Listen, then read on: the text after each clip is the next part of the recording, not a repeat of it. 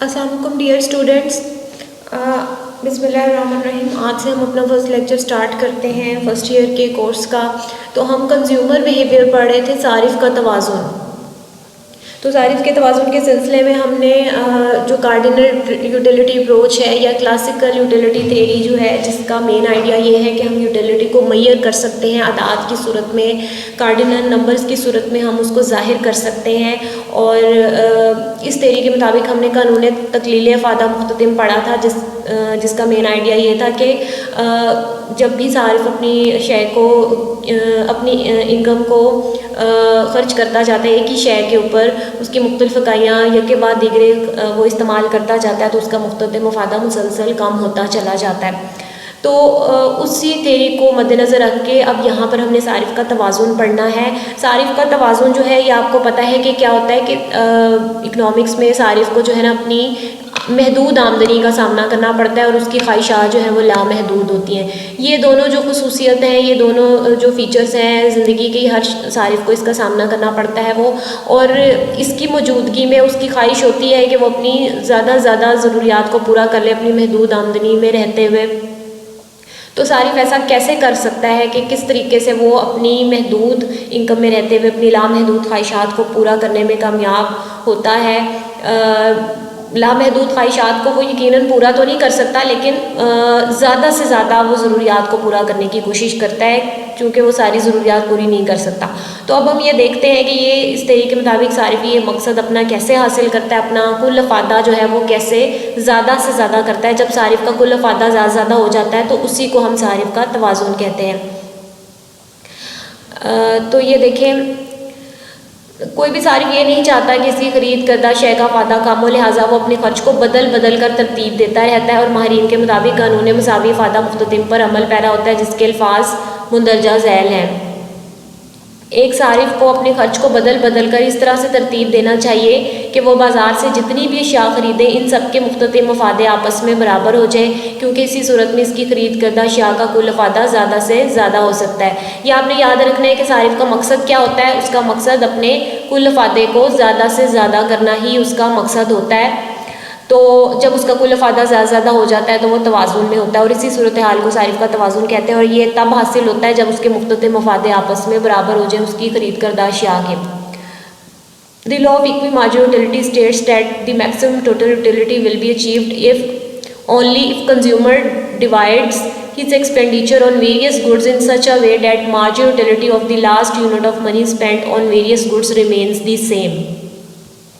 यहाँ पर हम एक एग्जांपल लेते हैं इस थ्योरी के एक्सप्लेनेशन के लिए कि सारिफ के पास ज़र की कुल 5 इकाइयाँ 5 यूनिट्स ऑफ मनी है और उससे उसने आटा और घी 2 अशिया उसने ख़रीदनी है, यानी कि उसने 2 गुड्स हैं, उसी के ऊपर उसने अपनी टोटल इनकम को खर्च कर देना है।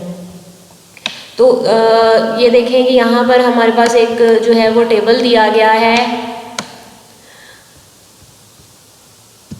ये देखें, ये एक टेबल है हमारे पास है, ये एक फर्जी टेबल है जो इस थ्योरी को एक्सप्लेन करने के लिए हमने बनाया है। इसके अंदर जो है वो मुख्तलिफ मफादे दिए गए हैं दोनों अशिया के। ये ज़र की 5 इकाइयाँ हैं सारिफ के पास चूँकि, तो ये यहाँ पर ज़ाहिर की गई हैं। और यहाँ पर दोनों कॉलम्स में पहली शय है वो आटे का मुख्तलिफ मफादा दिया गया है, दूसरी शय जो है वो घी का मुख्तलिफ मफादा यहाँ पर दिया गया है।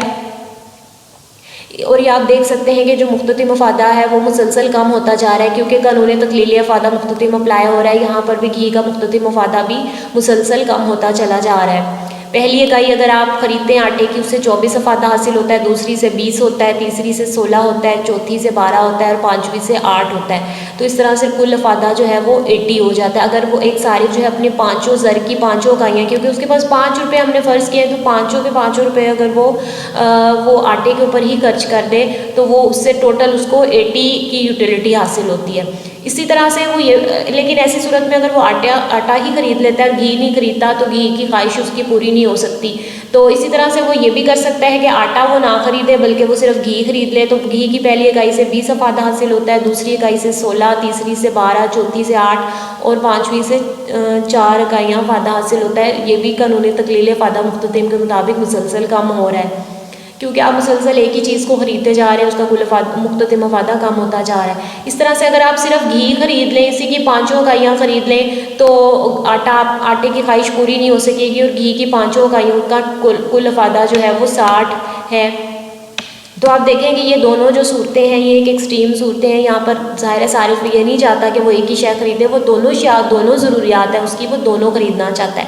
तो इस सूरत इसलिए वो जो है वो ना तो सिर्फ घी खरीदेगा ना ही आटा खरीदेगा, बल्कि दोनों की इकाइयाँ थोड़ी थोड़ी खरीदेगा। वो कुछ पैसे अपने इस पे खर्च करेगा, कुछ पैसे घी पे खर्च करेगा। और अब हम ये देखते हैं कि वो कितने पैसे आटे पे खर्च करता है और कितने पैसे घी पे खर्च करता है। तो उसके लिए उसको एक तरीक़ेकार अपनाना पड़ेगा। वो यकीनन आटे की उतनी इकाइयाँ खरीदेगा जिससे उसका कुल अफादा ज़्यादा हो जाए। इस तरह से घी की उतनी इकाइयाँ खरीदेगा जो उसे ज़्यादा अफादा देती हैं। तो दोनों के कुल मिला के जो कुल अफादा है वो मैक्सिमम होना चाहिए। तो यहाँ पर आप देखें कि अगर सारिफ जो है पहला रुपया अपना खर्च करना चाहता है, उससे 24 अफादा हासिल होता है, आटा ख़रीद लेता है। वो दूसरा रुपया जो है वो घी पे खर्च कर देता है, उससे 20 अफादा हासिल होता है। तीसरा जो रुपया है वो जो है वो आटे पे खर्च कर देता है, उससे 20 अफादा हासिल होता है। चौथा जो रुपया है वो घी पे खर्च कर देता है और 5वां रुपया जो है वो फिर आटे पे खर्च कर देता है। इस तरह उसके पास अब पैसे सारे ख़त्म हो गए हैं, 5 रुपये ही थे उसके पास, तो उसने 3 रुपये जो है वो आटे पे खर्च कर दिए और 2 रुपये उसने घी पे खर्च कर दिए। तो इस तरह से अब हम ये देखते हैं कि ये जो पाँचों हैं इनका ये वाला जो अफादा है, मुख्तलिफ मफादे इनसे जो हासिल हो रहे हैं उसको हमने जमा करना है।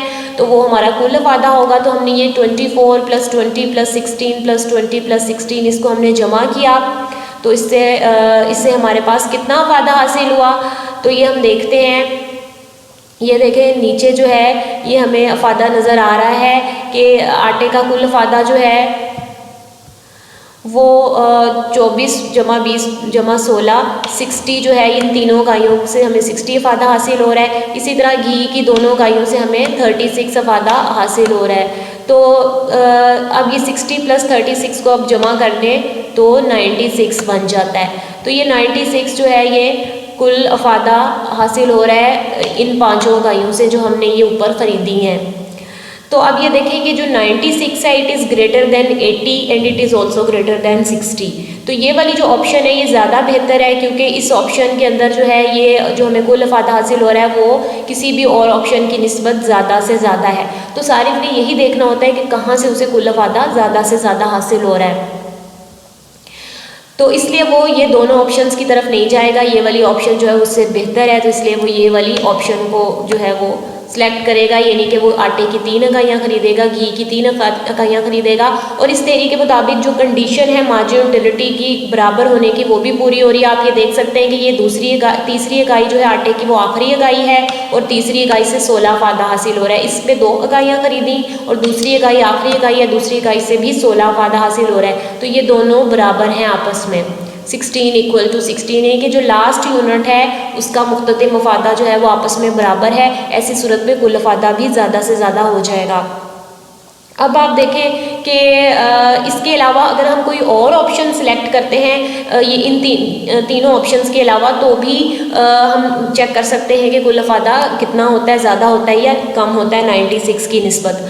तो अब हम ये देखते हैं कि कोई और ऑप्शन क्या हो सकती है। फॉर एग्जांपल कोई और ऑप्शन ये हो सकती है, जैसे इसकी 2 इकाइयाँ हमने खरीदी तो इसकी ये दूसरी इकाई हम ना खरीदें, ठीक है। दूसरी इकाई खरीदने की बजाय आटे की हम 4 इकाइयाँ खरीद लें, यानी कि आटे की हम 4 इकाइयाँ खरीद लें और इसकी सिर्फ 1 इकाई, क्योंकि हमारे पास 5 रुपये हैं तो 4 रुपये हम इस पे खर्च कर दें और 1 रुपया फिर हमारे पास रह जाएगा वो हम इस पे खर्च कर दें। तो ऐसी सूरत में हम टोटल यूटिलिटी देखते हैं कि कितनी होती है, 24 + 20 + 16 + 12 + 20।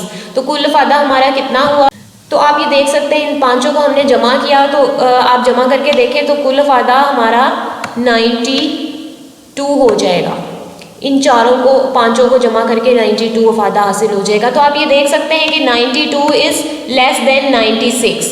ये 96 जो है वो बेहतर था, हमारे पास ज़्यादा अफादा था, जबकि 92 में हमारा कम हो गया है। तो इसलिए हम ये वाली जो ऑप्शन है ये हमारे लिए सूटेबल नहीं है, यही वाली ऑप्शन सूटेबल थी पहले वाली, यानी कि और आप ये देख सकते हैं कि ये वाली जो ऑप्शन है इसमें हमने क्या किया था, इसमें हमने ये 16 को हमने छोड़ दिया था और 12 हमने जमा कर लिया था।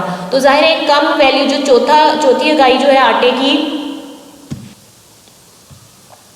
आटे की जो चौथी इकाई है वो हमें कम अफादा दे रही है और घी की दूसरी इकाई हमें ज़्यादा अफादा दे रही है, तो इसलिए हमारे लिए ये बेहतर नहीं है कि हम आटे की चौथी इकाई खरीदें, जबकि हमें घी की दूसरी इकाई खरीदनी चाहिए, क्योंकि ये हमें 16 अफादा दे रही है और इसी सूरत में हमारा कुल अफादा भी ज़्यादा से ज़्यादा हो रहा है।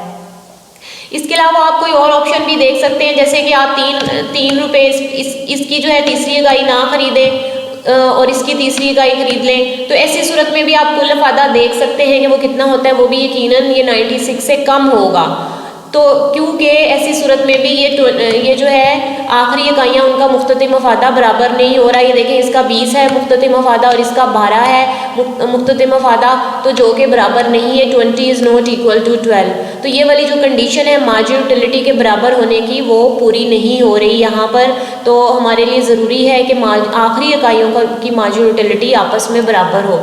तो इसलिए हम ये सारी ऑप्शंस को छोड़ देंगे, हम सिर्फ जो पहले वाली ऑप्शन थी उसको हम देखेंगे, क्योंकि उसी सूरत में हमारा कुल अफादा ज़्यादा से ज़्यादा होता है। यानी कि ये वाला आटे की 3 इकाइयाँ और घी की 2 इकाइयाँ हम खरीदेंगे, क्योंकि इस सूरत में जो है ये आखिरी इकाइयों के मुख्ततिम अफादे भी आपस में बराबर हो रहे हैं और कुल अफादा भी हमारा ज़्यादा से ज़्यादा हो रहा है। इसलिए ये वाली जो ऑप्शन है वो सबसे बेहतर ऑप्शन है।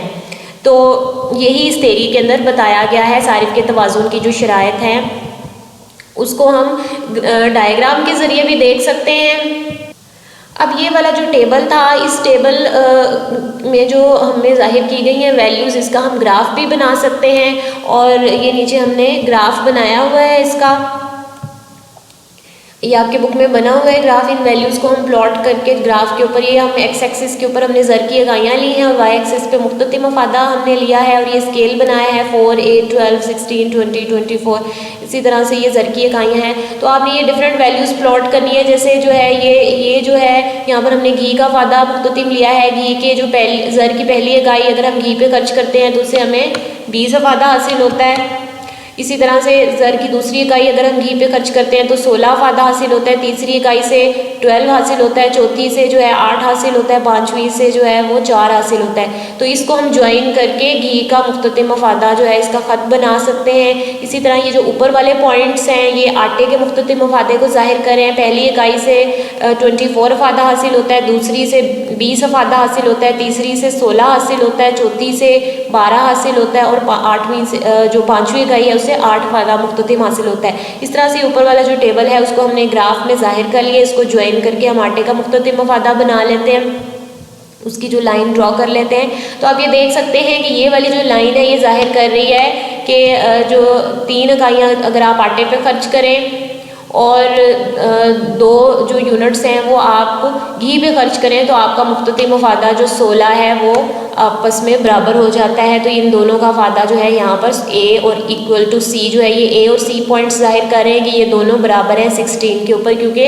लास्ट यूनिट्स का मुख्ततिम अफादा ज़्यादा हो जाता है। अब ये वाली जो लाइंस हैं ये अदम तवाज़ुन को ज़ाहिर कर रही हैं, जो हमने पहले पढ़ा है कि अगर इस ऑप्शन के अलावा जो है आप कोई और ऑप्शन सेलेक्ट करेंगे तो उस सूरत में जो है ना आपका मुख्ततिम अफादा जो है वो टोटल अफादा कम हो जाएगा। और वो ऐसा इसलिए होगा क्योंकि अगर हम ज़र की जो चौथी इकाई है वो आटे पे खर्च करें तो हम ये 12 का इजाफा होता है और 16 की कमी होती है।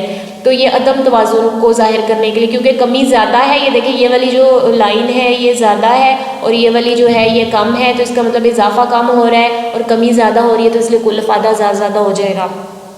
तो आप ये डायग्राम सिर्फ इतनी भी बना सकते हैं, तो इट इज़ ऑल्सो एनफ। तो आप सिर्फ तवाज़ुन को ज़ाहिर कर दीजिएगा इस डायग्राम के अंदर, यानी कि इस 16 को आप हाईलाइट कर दें जो मुख्ततिम अफादे की बराबरी को ज़ाहिर कर रहा है। तो ये हमने अब डायग्राम बनाई। ये देखें यहाँ पर जो है ये इस डायग्राम को एक्सप्लेन किया गया है। इस कानून को कानून इस्तब्दाल भी कहते हैं, क्योंकि इसमें सारिफ अपने खर्च को बदल बदल कर तरतीब देता है ताकि तमाम खरीदी हुई अशिया के मुख्तलिफ मफादे आपस में बराबर हो जाएं। इस कानून को कानून गैर जानिबदारी भी कहते हैं, क्योंकि सारिफ अपने खर्च को तरतीब देते वक्त इस मकाम पर पहुंच जाता है किसी एक शय को दूसरी पर तरजीह नहीं दे पाता, क्योंकि सबके मुख्तलिफ मफादे बटा कीमत आपस में बराबर होते हैं और वो गैर जानिबदार होता है। बस इस कानून के मुताबिक अफादा के रंग में यूटिलिटी अप्रोच के मुताबिक सारिफ के तवाज़ुन का हमने जायज़ा लिया है। ये वाली जो हमने अभी थ्योरी पढ़ी है इसके अंदर हमने एक सिंपल एग्जांपल ली थी। ये हमने कानून मसावी फ़ायदा मुख्ततिम पढ़ा है और इसके अंदर हमने एक सिंपल एग्जांपल के ज़रिए एक्सप्लेन किया है कि किस तरह से एक सारिफ को तवाज़ुन हासिल होता है। और इसमें हमने जो कंडीशन हमने यूज़ किया है वो ये है कि marginal utility of X should be equal to marginal utility of Y, यानी कि जो आखिरी इकाइयाँ हैं उनका मुख्ततिम मफादे उनके बराबर होने चाहिए। तो ऐसी सूरत में जो सारिफ को तवाज़ुन हासिल होगा कि वो अपना बजट जो है वो उसका पूरे का पूरा खर्च हो जाए इन दोष यहाँ पर इस तरीके से कि आखिरी इकाइयों के मुख्ततिम मफादे आपस में बराबर हो जाए, marginal utility of X equal to marginal utility of Y. और ये शर्त यहाँ पर पूरी हो रही है। तो इस तरह से हमने इस तवाज़ुन को डायग्राम के ज़रिए भी जाहिर किया। उम्मीद है ये आपको समझ आ गई होगी। अब हम नेक्स्ट जो है ना इसी टॉपिक का दूसरा हिस्सा देखते हैं। Keep watching, wait for the next video. अल्लाह हाफिज़।